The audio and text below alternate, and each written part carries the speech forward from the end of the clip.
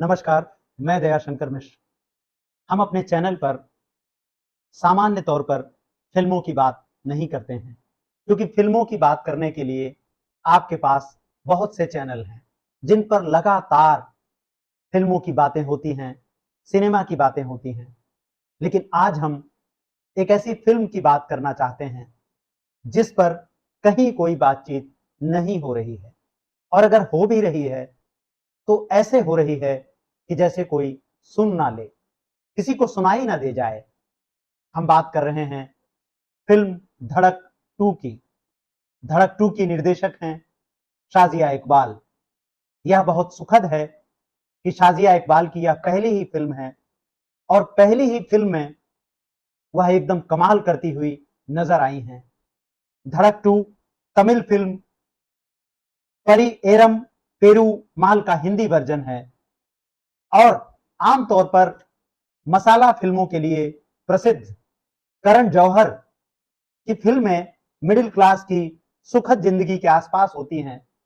लेकिन यह भी एक सुखद आश्चर्य है कि करण जौहर का प्रोडक्शन हाउस शाज़िया इकबाल को मौका दे रहा है, और उस मौके से शाज़िया इकबाल धड़क 2 जैसी फिल्म हमारे सामने लेकर आई हैं।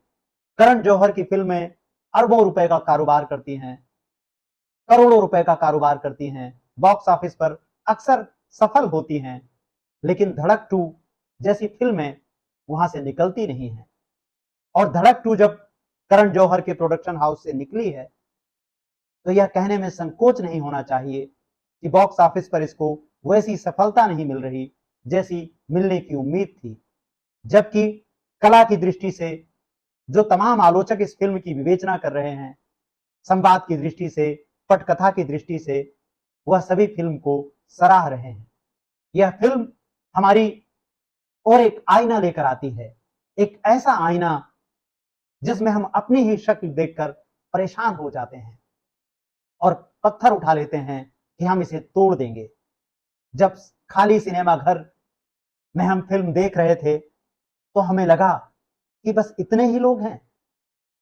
इतने लोगों ने तो फिल्म की सोशल मीडिया पर तारीफ की है, तो क्या सारे तारीफ करने वाले भी अभी तक सिनेमा हॉल तक नहीं पहुंचे हैं, या उन सब की संख्या इतनी कम है कि फिल्म अपने बजट के आसपास तक की कमाई अभी नहीं कर पाई है?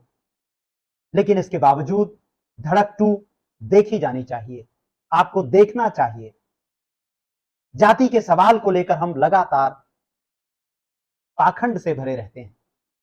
समाज का एक ऐसा वर्ग जिसको सारे प्रिविलेज मिले हुए हैं, विशेषाधिकार मिले हुए हैं, जिसको सारी सुविधाएं मिली हुई हैं, जाति का प्रश्न आते ही वह उसे खारिज कर देता है।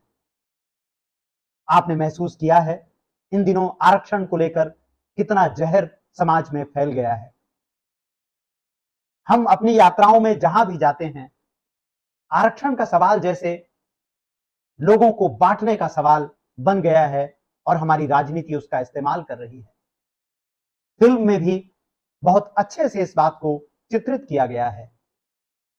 कितनी मजेदार बात है, डोनेशन देकर कॉलेजों में पढ़ने वाले बच्चे के लिए यह सम्मान की बात है कि उसके पिता ने, उसकी मां ने यह सीट खरीदी है। और आरक्षण का लाभ लेकर जब एक दलित और वंचित बच्चा क्लास में पहुंचता है, तो जैसे पूरा प्रशासन उसके विरुद्ध खड़ा हो जाता है। धड़क 2 में यह सब कुछ है। हमने पहले ही कहा, धड़क 2 एक आईना है जिसमें हमारी सच्चाइयां बहुत अच्छे से दिखाई देती हैं, साफ साफ दिखाई देती हैं। इसलिए शाज़िया इकबाल का सिनेमा के चाहने वालों को अभिनंदन करना चाहिए। यह फिल्म 5 कारणों से आपको देखनी चाहिए। मैं कोई फिल्म विशेषज्ञ नहीं हूं, इसलिए आज के इस वीडियो में सिनेमा से जुड़ी कुछ जरूरी बातें छूट जाएं तो आप उन्हें अनदेखा कर दीजिएगा। यह वीडियो इसलिए बनाया गया है ताकि आपको इस बात के लिए प्रेरित किया जाए कि आप यह फिल्म देखें, आप इस फिल्म के मर्म को समझें। फिल्म देखने का पहला कारण, आपको फिल्म इसलिए देखनी चाहिए क्योंकि यह फिल्म हैदराबाद यूनिवर्सिटी के छात्र रोहित वेमुला की स्थितियों का यथासंभव चित्रण करने में सफल रही है। आपको याद है ना, रोहित वेमुला 17 जनवरी 2016 को हैदराबाद सेंट्रल यूनिवर्सिटी के कैंपस में फांसी लगाकर अपनी जान दे देते हैं। राजनीतिक गतिविधियों में हिस्सेदारी के कारण, अत्याचारों का लगातार विरोध करने के कारण रोहित की 7 महीने से फेलोशिप रोक दी गई थी। दूसरे और भी कारण थे, लेकिन यह एक बड़ा कारण था ऐसे छात्र के लिए जिसके लिए और कोई रास्ता ही नहीं है पढ़ने का। जैसे ही आप उसकी आर्थिक सहायता रोकते हैं, उस पर सबसे बड़ा हमला करते हैं। रोहित वेमुला पर जांच कमेटी बिठाई गई। मोदी सरकार में उस वक्त मंत्री रही स्मृति ईरानी का बयान भी आपको याद होना चाहिए। कितनी नाटकीयता से उन्होंने बड़ी बड़ी बातें उस वक्त कही थी। वह सब बातें हवा हो गई, उनको भुला दिया गया।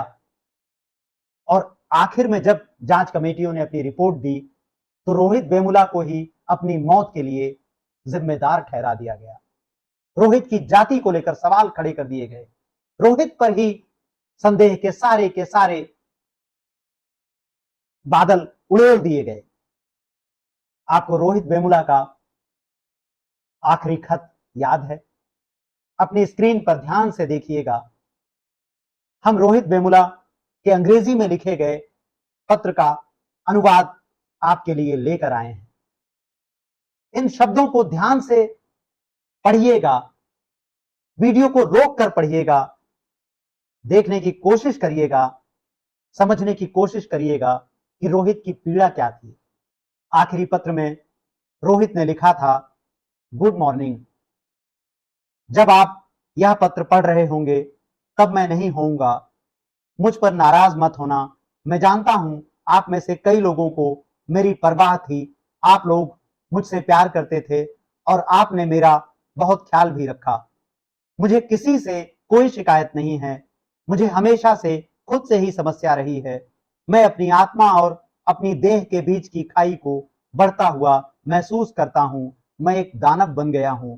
मैं हमेशा एक लेखक बनना चाहता था, विज्ञान पर लिखने वाला, कार्ल सगान की तरह।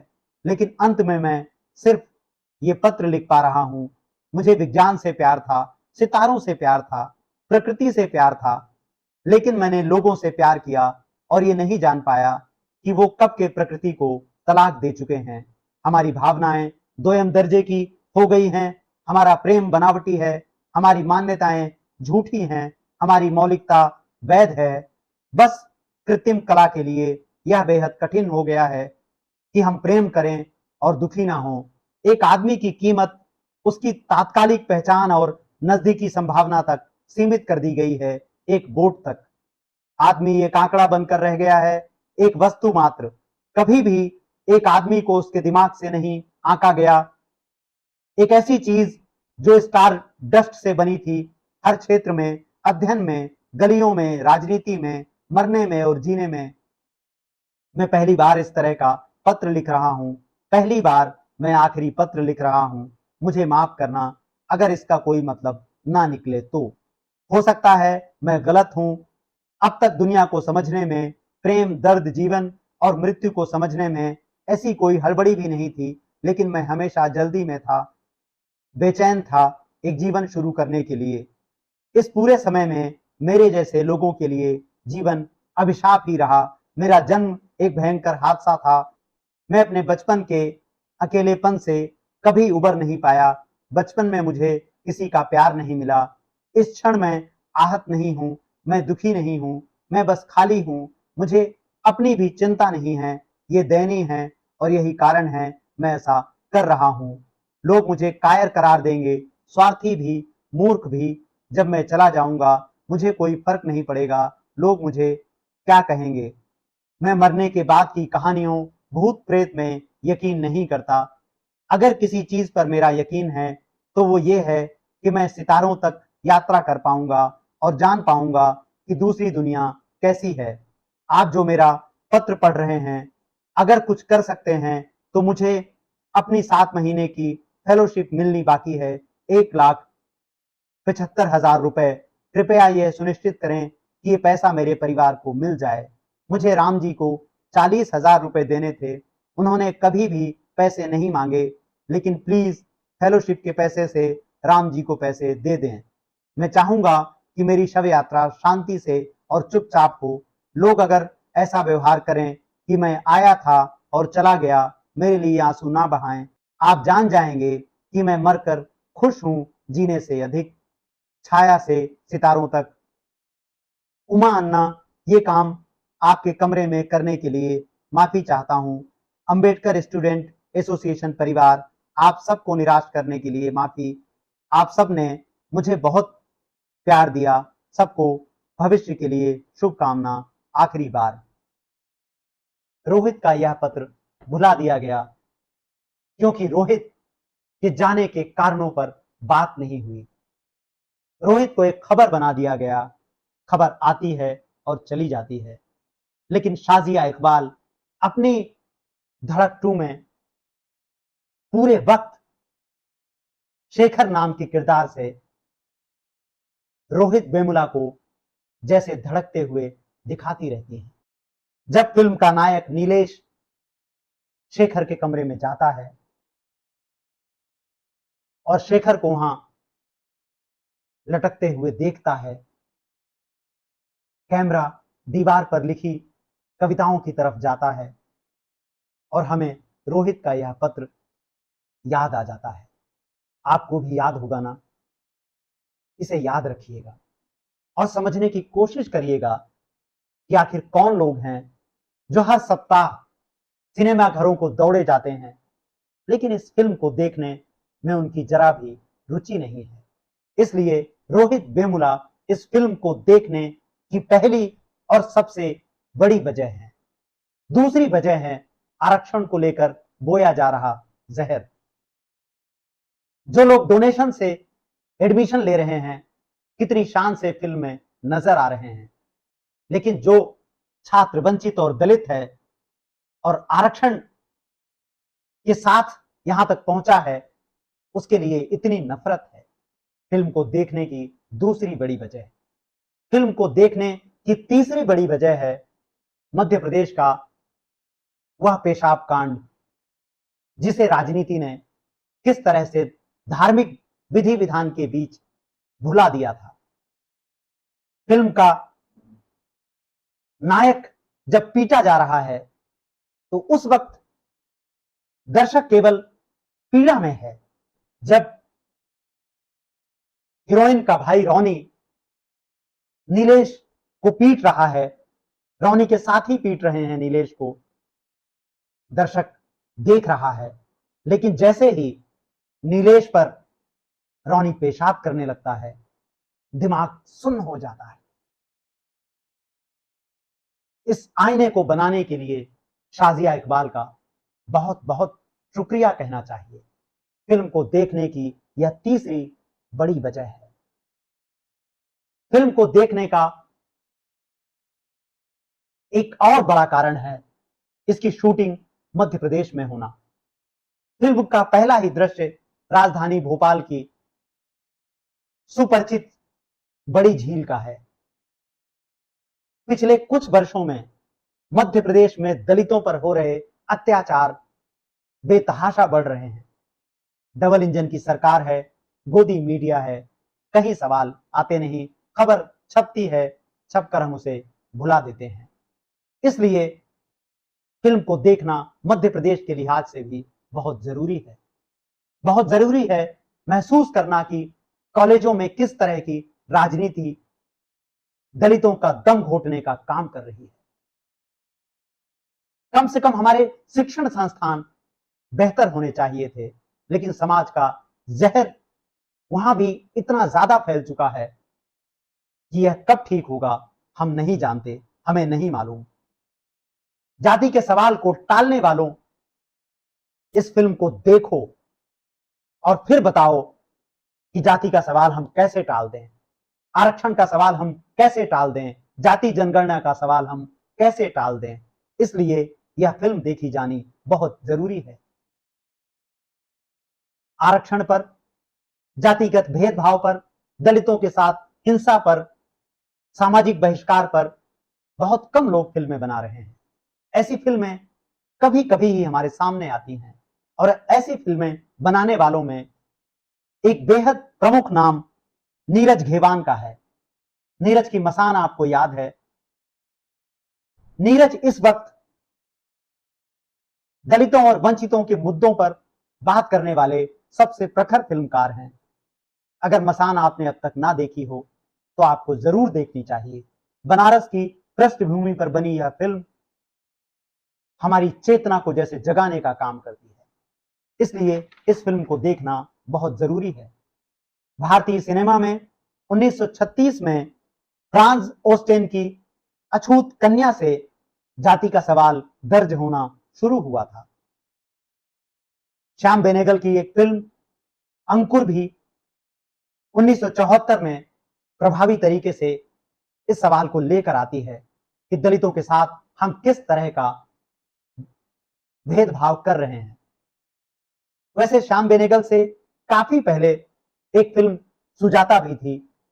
विमल रॉय की यह फिल्म एक दलित कन्या की पीड़ा का मार्मिक चित्रण थी, जिसकी परवरिश तो एक ब्राह्मण परिवार में होती है, लेकिन जीवन के आगे बढ़ने के साथ साथ समाज उसे उसकी हैसियत बताने लगता है। इन विषयों पर ज्यादा फिल्में बननी चाहिए, लेकिन बॉलीवुड में खास तौर पर ऐसी फिल्में बहुत कम नजर आती हैं। 2021 में तमिल में आई जय भीम भी एक जरूरी फिल्म है। बाद में इसके अलग अलग भाषाओं में अलग अलग वर्जन भी बने, लेकिन मूलतः यह फिल्म तमिल में बनी थी। दलितों के बहिष्कार, सामाजिक भेदभाव, संविधान की अहमियत बताने वाली फिल्में ज्यादातर हमें तमिल, मलयालम में नजर आती हैं। मराठी में भी कुछ कुछ दिखती हैं, लेकिन सबसे कम हिंदी में इन पर बात होती है। तमिल, मलयालम में कहीं अधिक यथार्थवादी चित्रण उन तमाम विषयों का है जिनसे हमारा समाज अपना मुंह छिपाता रहता है। इसलिए आपको यह फिल्म जरूर देखनी चाहिए। आप इन सवालों को टाल नहीं सकते। अगर संभव हो तो यह फिल्म बच्चों के साथ देखें, ताकि उनके दिमाग में जाति के सवाल स्पष्ट हो सकें। लोकतंत्र, संविधान और नागरिक चेतना पर आज इतना ही। आपको यह वीडियो कैसा लगा हमें जरूर बताएं। अगर संभव हो तो हमारे चैनल को ज्वाइन कीजिए, हमारा आर्थिक सहयोग कीजिए, ताकि हम उन विषयों पर बात कर पाएं जिन विषयों की आज सबसे ज्यादा जरूरत है और गोदी मीडिया ने उन विषयों का बहिष्कार किया हुआ है। नमस्कार, धन्यवाद।